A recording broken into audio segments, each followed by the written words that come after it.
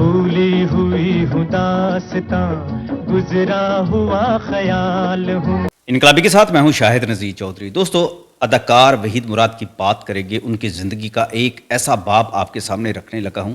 آپ کو خود پتہ چلے گا کہ وحید مراد کے اندر انسانیت کتنی تھی، درد کتنا زیادہ تھا، دوسروں کا وہ خیال کتنا زیادہ رکھا کرتے تھے. وہ صرف چاکلیٹی ہیرو ہی نہیں تھے بلکہ ایک زندہ افسانہ بھی تھے. ان کی بہت ساری کہانیاں ہمارے سامنے نہیں آ سکی، لیکن حقیقت یہ ہے کہ وہ خود ایک چلتی پھرتی کہانی تھے. اور بہت سارے افسانے نہ لکھتے ہوئے بھی وہ اپنے پیچھے چھوڑ کر گئے. اور ان افسانوں میں سے کچھ افسانے آج میں آپ کو سنانے لگا ہوں. 5 ایسے واقعات میں ان کی زندگی کے سناؤں گا جس کے بعد آپ کو اندازہ ہوگا کہ وحید مراد کیا شخصیت تھے. ایک دفعہ ایک فلم میں انہوں نے وکیل کا کردار ادا کیا تھا اور ایمرجنسی انہیں ایک دوست کی کال آ گئی اور وہ نکل کر جب جا رہے تھے اس طرف تو راستے میں ہائی کورٹ کے پاس سے انہیں گزرنا تھا اور انہیں پیاس لگی ہوئی تھی. وہ رکے اور ایک دکان پر کھڑے ہو کر وہ پانی لے رہے تھے اور اسی دوران ایک خاتون جو تھی، بزرگ خاتون جو تھی، ان کے پاس آ گئی. ان کے آ کے بازو کو پکڑ لیا اور کہنے لگی، بیٹا میں تو لٹ گئی، میری بیٹی لٹ گئی، میری بیٹی کا زیور لٹ گیا اور میری بیٹی کا جہیز لٹ گیا اور میرا وکیل جو ہے وہ میرے سابق داماد کے ساتھ مل گیا ہے، مجھے انصاف دلوا دو. وہ خاتون انہیں وکیل ہی سمجھ رہی تھی کیونکہ وہ ایک وکیل کا ہی کردار ادا کرتے ہوئے فلم کی شوٹنگ چھوڑ کر آئے تھے. تو انہوں نے یہی سوچا تھا واپس جا کر دوبارہ اس کی کنٹینیوٹی رکھیں گے، اس لیے انہوں نے اپنا ڈریس چینج نہیں کیا تھا.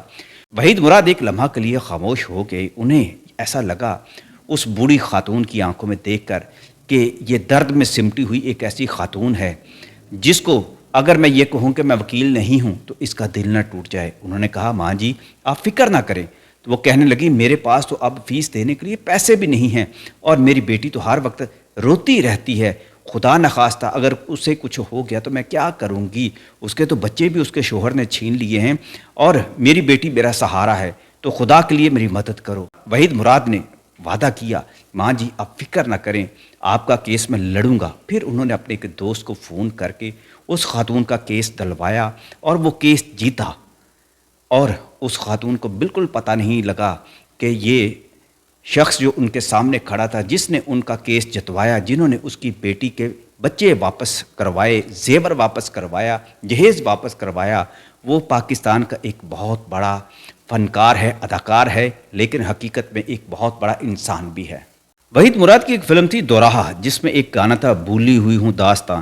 یہ احمد رشید صاحب نے گانا گایا تھا اور یہ جو گانا تھا وحید مراد صاحب کے دل کی آواز تھی اور اس گانے میں ہی ان کا علاج بھی ہوتا تھا. جب بھی وہ گنگناتے تو کمرے کی فضا بوجھل ہو جاتی تھی. خود اپنی آواز میں گایا کرتے تھے.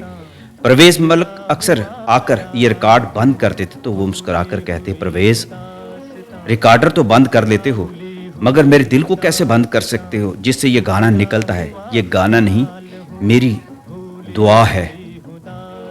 وہ اکثر کہا کرتے، اگر ایک دن میں نہ رہا پرویز تو میں یہ چاہتا ہوں لوگ مجھے اس گانے کے ساتھ یاد رکھا کریں. وقت گزرتا رہا، قسمت نے وہ دن بھی دکھایا جب حادثے کے بعد وحید مراد کا چہرہ خون سے بھیگ گیا تھا. 1983 میں ان کا ایکسیڈنٹ ہوا تھا، مگر اس حادثے میں جب ان کا چہرہ زخمی ہوا اور خون بہہ رہا تھا، مگر انہوں نے اپنا وقار اتنا مضبوط رکھا تھا کہ زخمی حالت میں بھی جب ایک اجنبی ان کی طرف آیا اور ان کی مدد اس نے کرنا چاہی تو انہوں نے کہا، براہ کرم میری گاڑی ایک طرف کرا دیں اور مجھے خود ہسپتال جانا ہے. اس راہی نے محسوس کیا کہ وہ خود ہسپتال جا ہی نہیں سکتے، اس لیے اس نے سہارا دیا. وحید مراد کے زخم بہتے رہے مگر اس نے نفس پر آنچ نہ آنے دی. وحید مراد کی زندگی میں روشنی اور دعا کی کہانیاں بھی کچھ کم نہ تھیں. جوانی کے دنوں میں ایک رات وہ اپنے دوست جاوید کے ساتھ راستہ بھٹک کر لال شہباز قلندر کے مزار پر جا پہنچے. مجاور نے کہا، یہاں کوئی خاص دعا کرو، قبول ہو جائے گی.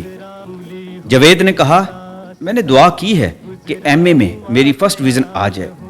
اور جاوید نے پوچھا، تم نے کیا مانگا ہے؟ وحید مراد نے مسکرا کر اس کو جواب دیا، میں نے دعا مانگی ہے کہ پاکستان کا میں سپر سٹار اداکار بن جاؤں. وقت نے دونوں دعائیں قبول کی. جاوید نے ڈگری سنبھال لی اور وحید مراد نے دلوں پر راج کرنا سیکھ لیا. وحید مراد کی زندگی کا ایک اور باب بھی کھیل کے میدانوں میں کھلا تھا. جم خانہ اور اسٹوڈیوز میں بیڈمنٹن کھیلتے تو محفل جم جایا کرتی تھی. اسٹوڈیو میں جب کبھی ان کا دل چاہتا تو وہ زیبا بیگم کے ساتھ بھی بیڈمنٹن کھیلا کرتے تھے، اور زیبا کے ساتھ وہ کھیلتے تو ہر کوئی تماشا دیکھنے کے لیے رک جایا کرتا تھا۔ زیبا کی اس زمانے میں سدھیر صاحب سے شادی ہو چکی تھی، مگر وحید پھر بھی ضد کیا کرتے تھے چلو ایک میچ ہو جائے۔ زیبا ہچکچانے کے بعد کھیل شروع کر دیتی تھی، لیکن پھر ایک دن ایسا ہوا کہ سدھیر صاحب کی گاڑی اچانک آ گئی۔